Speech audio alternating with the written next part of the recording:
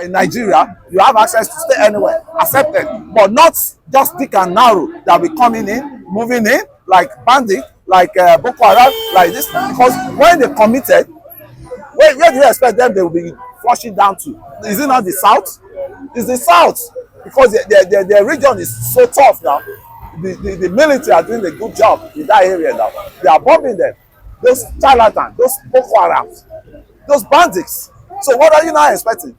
They will be moving towards the south here, and the southern will not be able to. They are not even doing the needful just to profile them. Our governors, they need to profile anybody that is entering, and is a security risk or is coming from a security risk. Mr. Kule, you're talking of profiling, but we don't have internal border control because we are a federal state and we are seen as one. You profiling other people is like discrimination and racism. So this is why the police and co don't bother doing that. Yeah, that's why but police and co, you can easily be walking on the streets and they can just stop you. Mr. Man, where are you going to? Mr. This, are you not seeing that? To average citizen in Lagos. I see, but it happens maybe in the night. It doesn't happen during in the night. When are those guys coming in? They will leave their place 12 hours. They will land around midnight. I mean, you're talking of 6, 7, 8. You see them dropping at what's it called, interchange. Where are they going to? If you look at the Okada, all Okada riders now, they are the one riding Okada. Mr. Kule, with this your submission, I think the Southwest is in a precarious state. It's too porous. If anything happens in this bandit or Fulani, yes, they override everybody. Override. So yes, I think that's where I'm going. I think the Imo and the Southeast are to some extent they are justified. They are proactive. They are aggressive. Yes. They are protecting their people. Proactive. Because, what like you just said, all the bike riders, majority of them are from that part of the country. And if anything happens, they're taking over the population of that Okada rider. Yes, so it's unfortunate. It's unfortunate. It's what I've witnessed. Not that they're telling me. And I even saw a cow dragging roads. This Lagos Ibadan expressway. That's Abeokuta axis. What's it called? Shagamu axis. You could see them dragging roads with cars. There's cow on one side, there are cars on the other side, on the same lane. The car has to start chilling, for the cows to pass. So did you not mean the life of cows is more valuable than the life of human being? I think that argument was settled in the Senate House of Assembly. Give it to a Senate president. But a northern senator, a female, said that she said that is their own way of life. Akpabio gave it back to him. That nobody can stop. Akpabio gave it back to him, and that's one thing. I don't just criticize people. When I see good things in them, I say it out. I always balance my criticism. Akpabio gave it to them. Did you think the life of cow is more, superior than the life of human being? Well, Mr. Kule, I think the Western governors, they need to wake up. We need to wake them up. We are sitting on a triangle. It's just not for them to wake up. We, citizens, that they are governing, because it's our votes. It's the government of the people. And who are the people? We are the people. It's we that will wake the southern government up, that they should not trade us for their political, into their into. They should not trade us because they are scared to talk.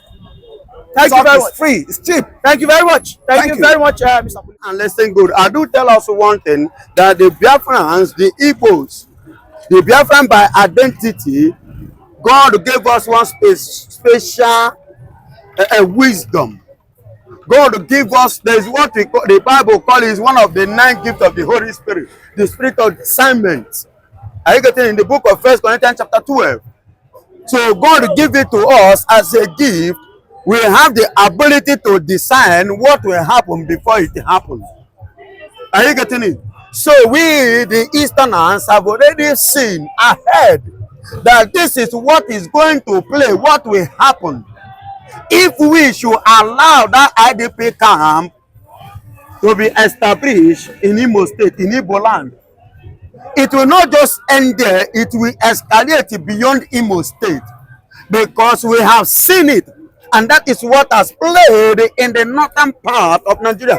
Thank God, Mr. Governor, Your Excellency has confirmed it to tell you that yes, the Igbos, what they are doing is the best thing to do. Avoid these people. Do not give them an inch, just an inch, because you give them an inch, there is a way we put it. Any allow, yeah, towards the allowance. You don't understand? They give you an opportunity, a little inch, you now claim. A little oil decided to form an ocean. You understand? That is the kind of people they are. So you dare not give them that inch. So make sure that each step that they take, you count to 7 ahead of them. Take 7 ahead of them in order to stop them, in order to hinder them, so that they are evil. The evil which they intend to carry out, they will not be able to succeed. If you allow them, they will mess you up. They are not people to live with. They are not people to relate with. They are not people to sleep together with. They are not people to call friends. Are you hearing me? The Mr. Governor is confessing it today. And I knew that when the Easterners, we are the Igbos, we said we don't want, people may see us as bad eggs, bad people. But now, the governor himself and his state indigenous, the people, are now experiencing, now they have seen it, and now they are giving us kudos for seeing ahead and stopping it ahead. And I know, although they may not say it, I know in their heart they will be wishing how they are regretting. They will be regretting it, that had it been that they knew, had it been that they have that kind of grace or gift that God gives to Igbos, that they have it to stop these people wouldn't have entered them the way they entered them now. Because it will be difficult for them to handle the case, to handle the matter now, because these people are fully armed. They are what? Fully armed, and they have a serious and a strong backup which they cannot disclose, that is among the Nigerian politicians who came the same place with them, with the same mindset, Ideology. and ideology, who has the money to finance them, to give them what they want. So, and that is it. But for what reason? Why? For their own selfish reason, selfish interest, selfish ideology, selfish foolishness. And let me tell you one thing. You know, Buhari have already said it in a way that Nigeria is an Islamic country, which they are trying to make sure that they come to play. So in that side, if they notice anything contrary to their ideology, definitely they will go against it. They know what they are doing, because they want to make sure that their ideology come to stay without opposition. So if they see you as an opposition, they will make sure that they cut you off, so that you will not become a bad egg in their midst tomorrow. So they are cutting off every corner. Listen to me and listen very good. Had it been that the Hausas, I don't know if you have made friends with Hausas. I have many friends which I grew up here together that are original Hausa. Do you know what? They will tell you categorically that them and the Fulanis are not the same. They will tell you that the language is different, and that they themselves do not even understand Fulani language. Then this thing we are talking about Hausa is like English speaking. It's a general, they have a general language that two other all of them understands, speaks in order to communicate to one another. That these Fulanis have their own dialect that only them understands it, which Hausa did not.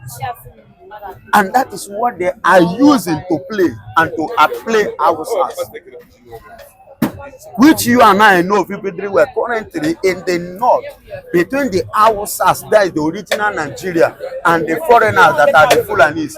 Nothing. They don't have anything common now.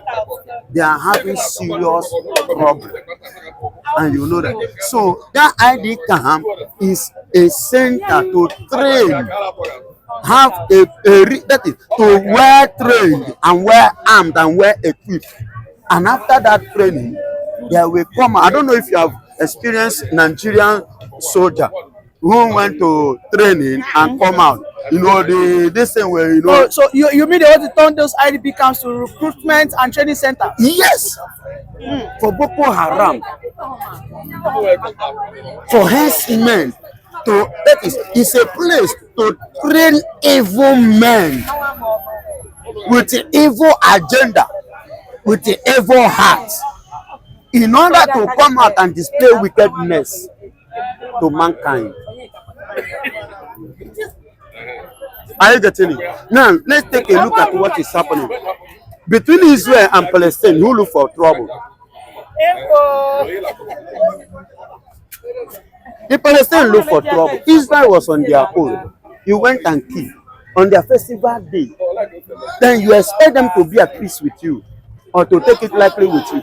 Now, Iran has decided to buy the market because of what? Evil hearts. Hezbollah too joined because of what? Evil hearts. And when these people, they are carrying out this thing, you did not stop them. You did not call them in order. You did not tell them to stop, not to carry such a thing. Now Israel have decided to retaliate. You now start to condemn Israel. You get it? Now, the same thing is happening here in Nigeria, in the north, in the west, in the east. I've said something. Do you know why we don't need them? Biafrans don't need it. I don't need it because I'm a Biafran man. I don't need it. Do you know why? Why? I know, Mr. Moderator, you are Yoruba. I don't know the side of Yoruba you come from. Can you please tell me? I'm a Yoruba man. You are a Yoruba man. Let's leave that. Okay, now, you've been a Yoruba man. Now, listen.